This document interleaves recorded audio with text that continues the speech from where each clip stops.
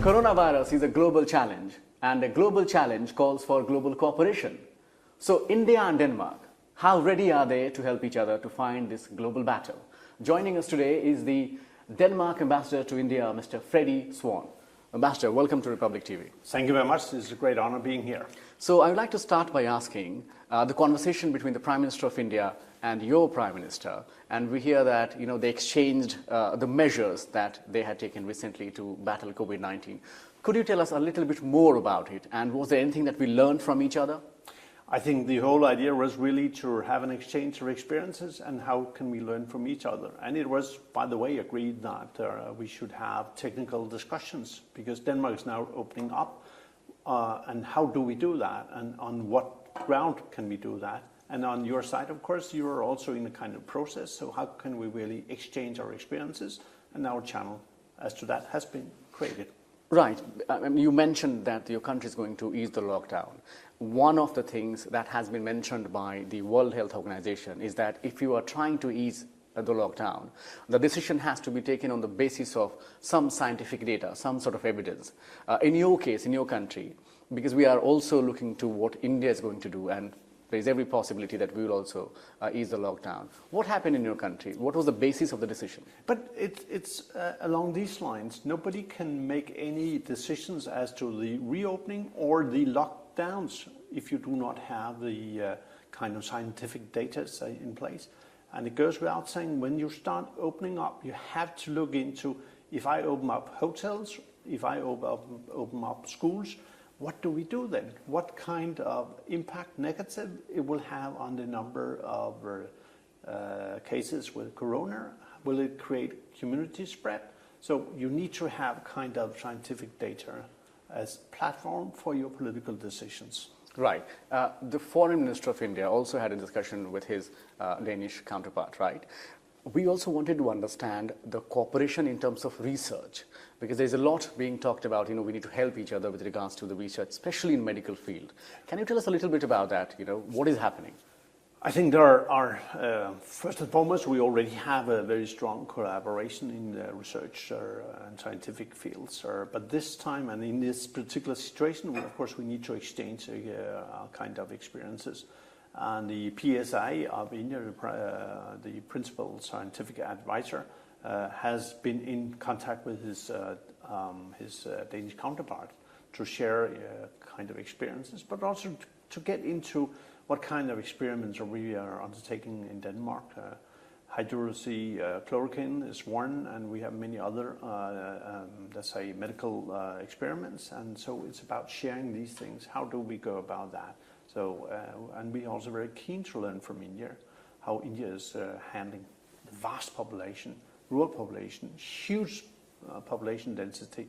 So there are a lot of things we can work on, and that has been agreed. Right. I mean, you mentioned the enormity of the country, how big this country is, and how complex it is to handle situation here. Now, given the population of your country, I mean, Mumbai is 4 times of the entire population of Denmark.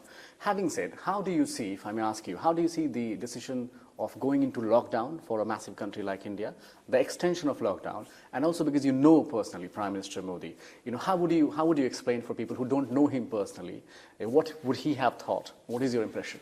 I think he had only one kind of focus, namely to protect the lives of the Indians. And how could you do that? The only way, and I don't think there was any alternative to that, given the situation and the speed at which this virus spread globally, you had to organize this lockdown. It came very suddenly, but it was the only way of handling this, trying to control, contain, and avoid community spread. The alternative of doing nothing or just waiting would have created a massive catastrophe in India.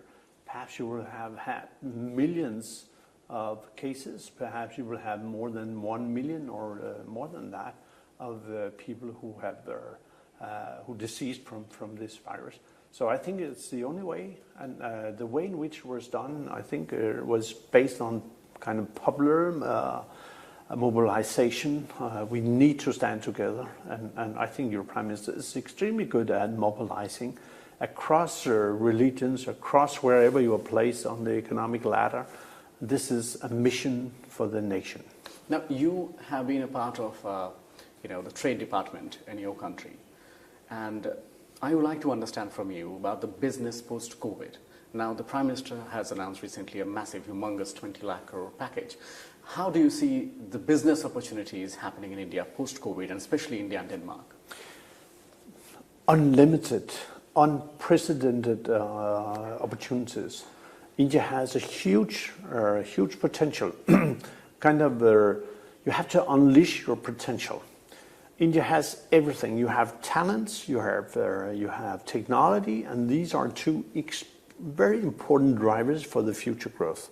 But you also need time, and time is perhaps the least that India has. So you have really to move fast, and you have one opportunity. So I'm pretty sure that people are working round the clock really to hammer out kind of red carpet for bringing in new investments, which will be needed.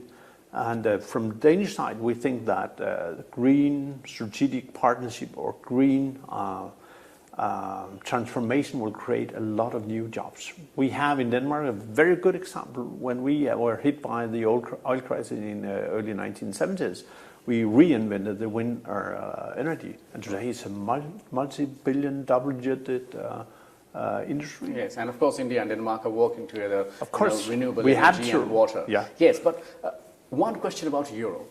The Italian Prime Minister recently said that the entire future of European Union is at stake at this point of time. Now, we talk about global cooperation, but there is always a challenge that how do you bring all the countries together, because there are differences in Europe. How do you analyze the future of European Union post-COVID? Do you think there will be problems? Which have already started, I guess. I think we all have challenges. I think the general trend has more or less been nation first, and this has been accentuated in these times of crisis, because we are all in uncharted waters. We didn't have any experience or no kind of global awareness about these things, how to build up a contingency and so forth. So I think naturally the nations, small ones, big ones, they try to handle things within their own borders.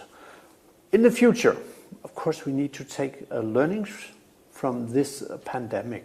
How do we build up an international cooperation so we share whatever piece of information is needed? How do we react wisely and professionally and properly to this kind of challenge? And that calls, of course, for international cooperation. So I don't see there can be many opinions about that, but to secure a closer, very, very detailed cooperation about an issue like that. So that's the fundament for this planet to work along these lines. Yes, that's how it should be in an ideal world. Yes, anybody would agree. My hope. Yeah, that's how we hope. But I would like to ask you about the potential rise of protectionism, because is it unlikely that the countries which are a part of European Union, and many of them have their own reasons to say, okay, goodbye, we are done with you.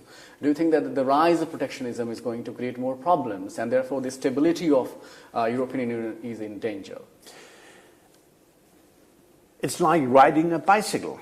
If you don't pedal, then the bicycle will stop running and perhaps you will crash. So if you want to develop a future, a green, sustainable, kind of solidarity-based future, of course you need to work together. I mean, nobody can handle these challenges by themselves. Coming to the trade issue, Denmark, we are free traders by heart. Our experience, being a very small economy but very open to the outside world, we have really benefited from that. And I think that's the only way forward. It's the only way forward for the rest of the world to find a kind of common platform that will allow free trade to bloom. And nobody can let's say, survive without trading.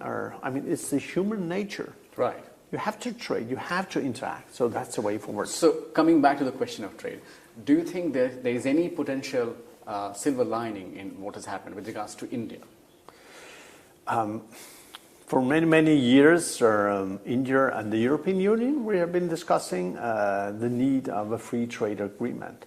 And it has been fluctuating up and down and so forth. I hope really that there is a growing understanding on both sides that we need an ambitious but also fair and reciprocal agreement to allow trade to prosper.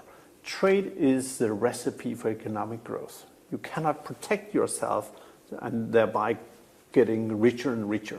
Right. So that's the answer. You have to work together. And I hope that India and EU will embark upon this. The sooner the better. All right, yeah. So to summarize, you're saying that we have to be positive, there needs to be a better global cooperation, there is much more going to happen with regards to India-Denmark relation. Finally, Ambassador, what is your message for the people of India watching you right now? Yeah. Ghar pe rahe.